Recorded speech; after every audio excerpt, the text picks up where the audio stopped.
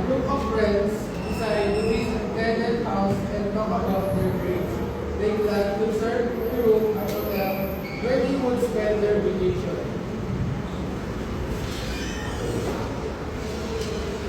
Hey guys, so how are you doing? Hi. Hey guys, this is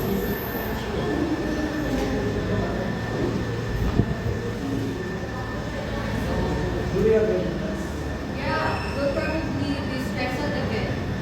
All the school works. So why don't we find a hotel? So you know, we can chill out. We found one. They have swimming pool. See. We can also make events.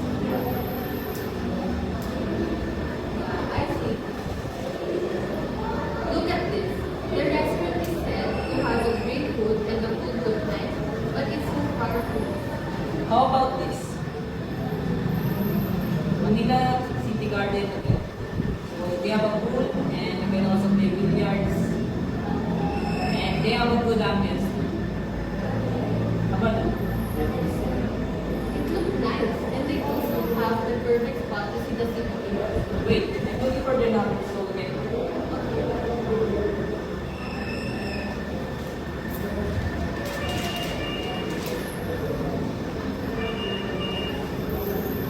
Good afternoon. Call you City Garden Manila Hotel. Sarah speaking. How may I assist you?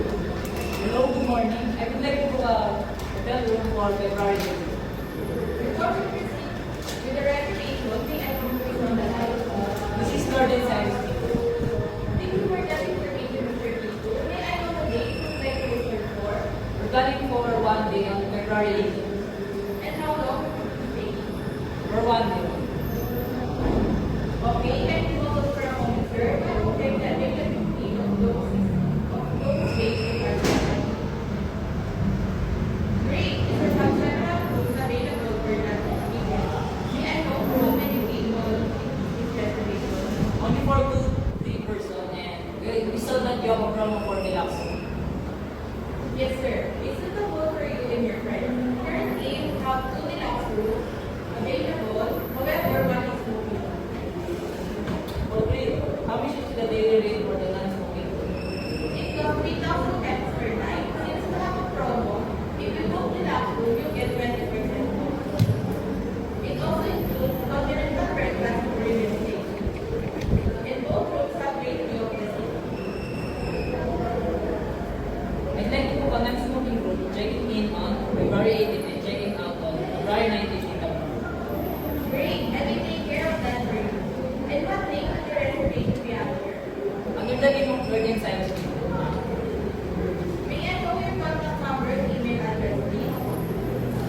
The contact number is 09123456 and my email address is victor@gmail.com.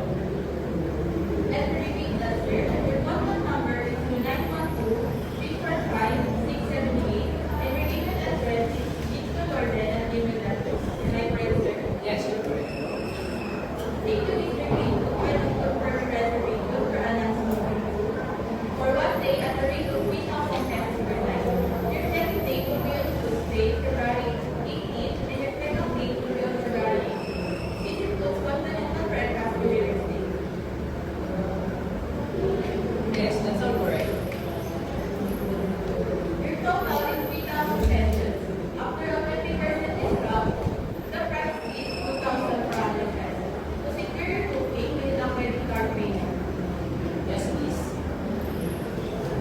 you can pay by credit card to one of your links after the to your email. Just follow the instructions to confirm on the booking. Okay, send it to my email. I sent the link. Let me know what's being available.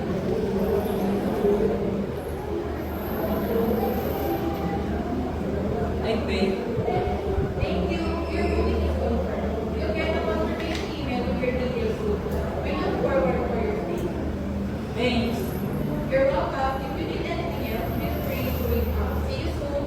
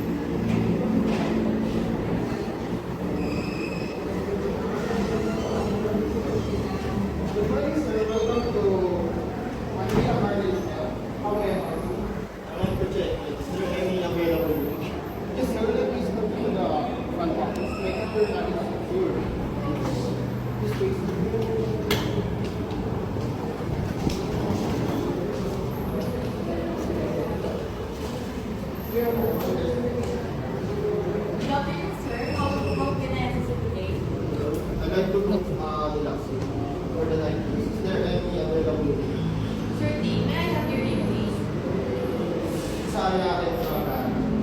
Alright, just a moment, sir. Let me check the menu. We have a deluxe room available for you. Would you like me to reserve it under your name? Yes, please. I've been traveling for a while, so I'm looking forward to this. I understand. Let me just finalize the reservation. Your room is all set. Here is your name, sir. For room 302, you will everything else. Thank you. Yes, I love this area too.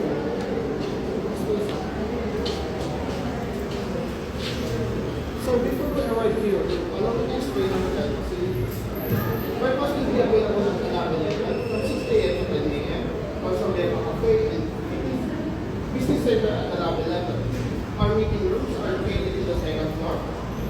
The spa and swimming pool and fitness centers are located in the fifth floor. Let us know if you want to make reservation in our room facilities. Please order the Thank you for that information. We are in front of your room, sir. May I have your food for me to open the door for you?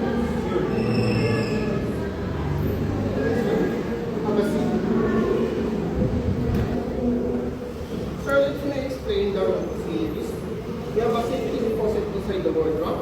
We have a mini bar. If you want to consume snacks or drinks, please don't forget to fill up the mini bar list. And this is your remote for television control. You have a view to the ceiling. And this is your bedside dumpster. And telephone to make outgoing call. Press 0 for operation system. 1 for housekeeping. 2 for laundry. And 3 for room service. This is your air conditioner. And lastly, your bathroom service. Red bottle for hot water. And blue bottle for cold water. That's also catering. Alright, I will ask you for that. Thank you, sir. Please have a good stay.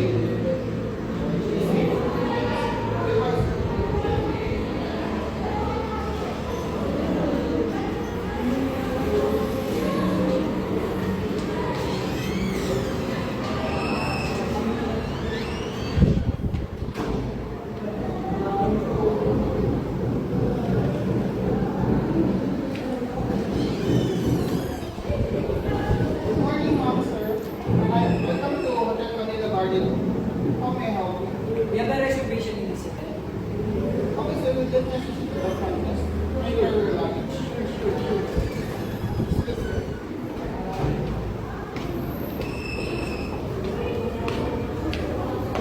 Where do you want? Hi, I have a reservation in this hotel. Could you confirm it's not late and let me know which room I am in? Of course. And under what name is your reservation? Under the name of Arden Sansi and the reference number is 1.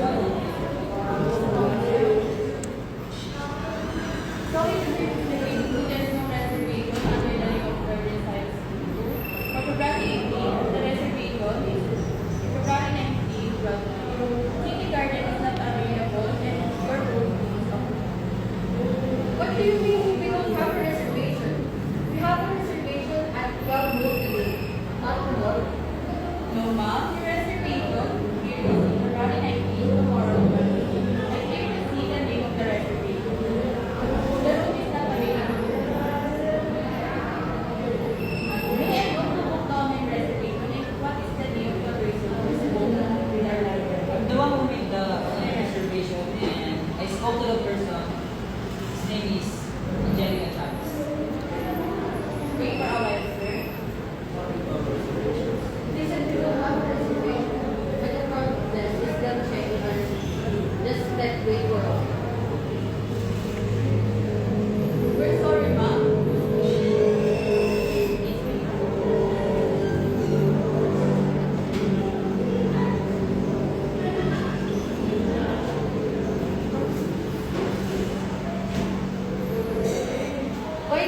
Why is this hotel like this? We thought that this hotel is accommodating.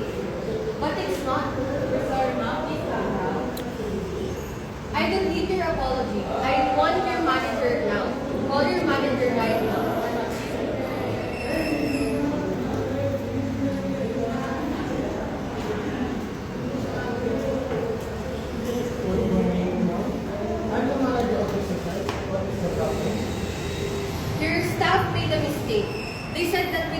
reservation at your hotel. So what's up now? Just calm down, ma'am. Sorry for the inconvenience. Ma'am, don't worry. I already take care of your problem. We've arranged a room to you at King Ford Hotel, which is just nearby. Everything has been taken care of.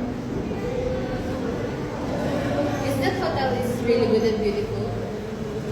Do we still need to pay a lot? Yes, ma'am. Don't worry. You won't have to pay a lot. We will also provide free transportation, and I can help with your bags. And the hotel is expecting you. And the cost will be the same or less, no extra charges. Sounds Okay. But please talk to your staff so that they will not have the same mistake as like us. Yes, sure, ma'am. Sorry that for my staff mistake. I promise it won't let you happen. Thank you so much for your understanding. And please assist ma'am to other hotel and give her snacks and drinks. Thank you. Thank you. Sir, let me escort you to the transportation. Sure, sure. We are in the transportation area, ma'am, and the car is waiting. Have a good trip, sir. And we truly apologize for what we caused wrong. For the problem we caused wrong. Thank you, sir. Thank you.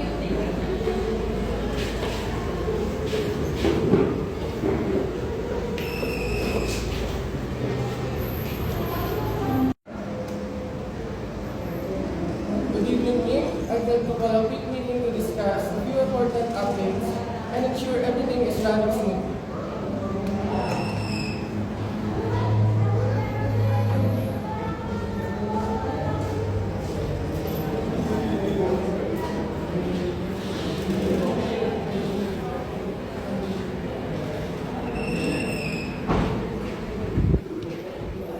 Good evening, everyone.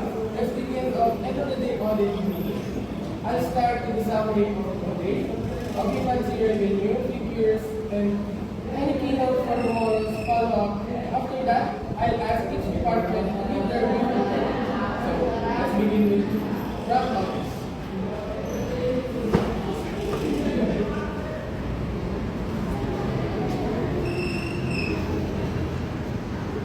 Good evening, everyone. This is the transaction on April 18, 2025. Good news, we are fully booked today. 5 deluxe rooms available for 2 nights. Cost of 10,000 per room. And in the standard room, 4 standard rooms also available for 2 nights. And 3 suite rooms is available for 2 nights. And the other three, in the other service, it's 1 night. That's cost 3,350 pesos for deluxe room, 2,670 pesos for standard room, and 5,000 for suite room. Overall, we have 5 deluxe rooms and 4 standard rooms and 3 standard rooms available for 2 nights, and the other are 6 deluxe and 7 standard and 5 suite rooms available in 1 night. Another good news is we exceed our daily rate, which is 100,000, because today we earn 194,750 pesos. That's all. Thank you. That's good. Do you have any problems about the market or the booking? We received some complaints, but we put an action to make immediately to solve the problem. So there's no problem at all, sir. That's good. Keep it up and fight. Thank you, sir.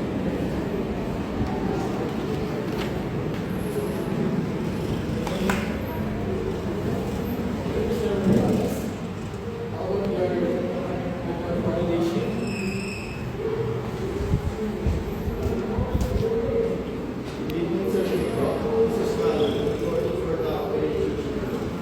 Evening, guys. Go ahead with your report. So yes, thank you. For today, all systems are running smoothly and information was stored safely. There were no also major issues reported. And Room statuses have been updated.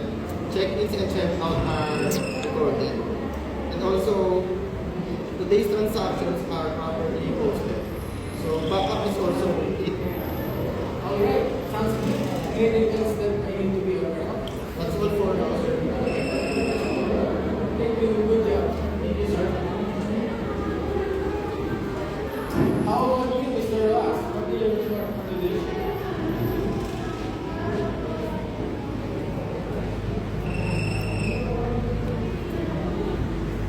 Good morning, Mr. Lee. This is Ross for Personal Intelligence. Go ahead with your report. Yes, thank you.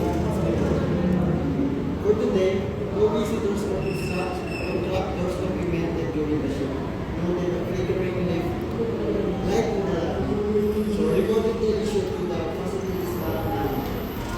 Overall, the area appeared secure but peaceful, and no other unusual activity was observed. Shift ended at 4:00 p.m. and also handed over duties to the next day. Alright, sounds good. Is there anything else that you be aware of? That's all for now, sir. Thank you, good job. Yes, sir.